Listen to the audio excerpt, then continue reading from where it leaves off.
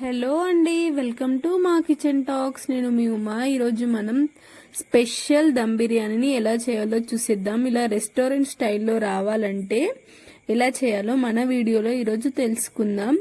Piece ఇలా జ్యూసీగా, rice కూడా పర్ఫెక్ట్గా వచ్చేలాగా ఎలా చేయాలో చూసేద్దామా.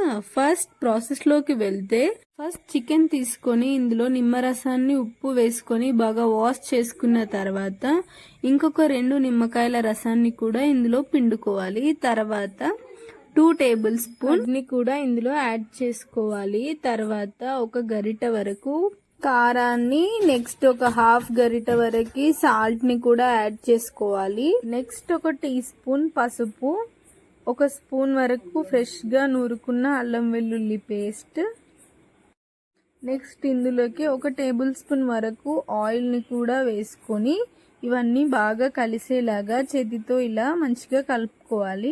నెక్స్ట్ ఈ చికెన్ ని తీసుకెళ్లి ఫ్రిడ్జ్ లో పెట్టుకొని ఒక హాఫ్ అన్ అవర్ వరకు మ్యాగ్నేట్ చేసుకోవాలి. నెక్స్ట్ బాస్మతి రైస్ తీసుకొని 2-3 టైమ్స్ బాగా వాష్ చేసుకున్న తర్వాత ఇలా వాటర్ పోసి నాననివ్వాలి. నెక్స్ట్ మసాలా ప్రిపరేషన్ కోసమని ఒక మిక్సర్ జార్ తీసుకొని అందులో 2 టీ స్పూన్స్ వరకు ధనియాలు వేసుకొని, నెక్స్ట్ ఇందులో హోల్ గరం మసాలా వేసుకొని, నెక్స్ట్ ఇందులోకి 5 నుంచి 6 జీడిపప్పు పలుకులని, ఇంకా ఒక స్పూన్ వరకు గసగసాలను కూడా వేసుకొని ఇలా నేను చూపిస్తున్న కన్సిస్టెన్సీలో గ్రైండ్ చేసుకోవాలి. నెక్స్ట్ ఒక 2 ఆనియన్స్ ని తీసుకొని ఇలా మంచిగా పేస్ట్ లాగా చేసుకోవాలి. నెక్స్ట్ మన బిర్యానీకి టేస్ట్ నిచ్చే పేస్ట్ 4 టమాటోస్, ఇంకా 5 నుంచి 6 పచ్చిమిర్చి, ఇందులోకి పుదీనా, కరివేపాకు అండ్ కొత్తిమీర కూడా వేసుకొని మంచిగా పేస్ట్ చేసేసుకోవాలి. నెక్స్ట్ రైస్ కోసం ఒక బౌల్ తీసుకొని అందులో 2 లీటర్స్ వరకు వాటర్ వేసుకున్న తర్వాత 2 స్పూన్స్ వరకు గీని కూడా వేసుకోవాలి. తర్వాత ఇందులోకి సాజీరా అండ్ 2 చీల్చుకున్న పచ్చిమిర్చి కూడా యాడ్ చేసుకుని మనం గ్రైండ్ చేసుకున్న మసాలాని ఇంకా రుచికి సరిపోయేంత సాల్ట్ కూడా వేసుకొని ఇందులోకి బిర్యానీ ఆకు వేసి ఇలా మూత పెట్టేసి ఇలా బాయిల్ అయ్యే వరకు ఉంచుకోవాలి. నెక్స్ట్ ఇలా బాయిల్ అవుతున్నప్పుడు మనం నానబెట్టుకున్న రైస్ లోంచి వాటర్ తీసేసి ఇలా మరుగుతున్న వాటర్ లో వేసేసేయాలి. నెక్స్ట్ కుక్ చేయడం కోసం ఇలా ముందుగా ఫ్రైడ్ ఆనియన్స్ చేసి పక్కన పెట్టుకొని అదే ప్యాన్ లో ఒక 3 టేబుల్ స్పూన్ వరకు ఆయిల్ వేసుకొని హోల్ గరం మసాలాని కూడా వేసుకొని అవి కాస్త ఫ్రై అయిన తర్వాత ఇందులో మనం ముందుగా చేసి పెట్టుకున్న ఆనియన్ పేస్ట్ ని కూడా వేసుకోవాలి.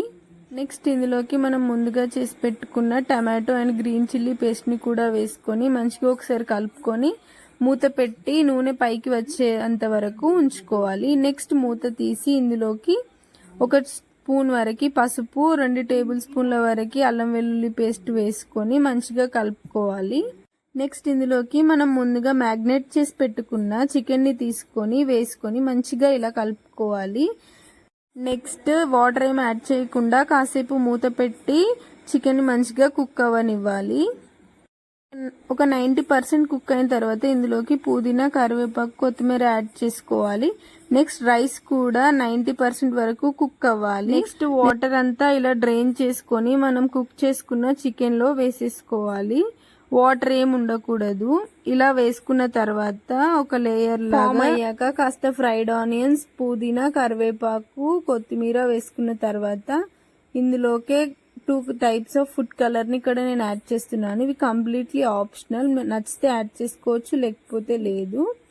నెక్స్ట్ కాస్త గీ కూడా యాడ్ చేసిన తర్వాత మిగిలిన రైస్ ని ఇంకొక లేయర్ లాగా వేసుకోవాలి. ఫైనల్ గా వేయడం అయిపోయిన తర్వాత సేమ్ అలాగే ఫుడ్ కలర్, ఫ్రైడ్ ఆనియన్స్ ఇంకా గీ యాడ్ చేసుకోవాలి. ఫైనల్ గా అన్ని వేయడం అవ్వగానే పైన క్యాప్ పెట్టేసి ఎయిర్ బయటికి పోకుండా ఏదైనా బలమైన వస్తువు పైన పెట్టేసుకోవాలి.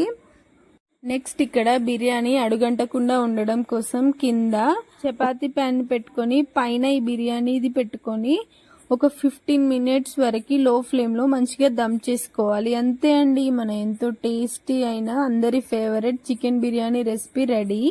సో ఫైనల్ గా ఈ వీడియో మీకు నచ్చినట్టయితే లైక్ చేసి కామెంట్ చేయండి. ఇలాంటి మరిన్ని వీడియోస్ కోసం మన ఛానల్ ని సబ్స్క్రైబ్ చేసుకోండి. ఈ రెసిపీని మీ ఇంట్లో ట్రై చేసి ఎలా వచ్చిందో నాకు కామెంట్ సెక్షన్ లో షేర్ చేసేయండి.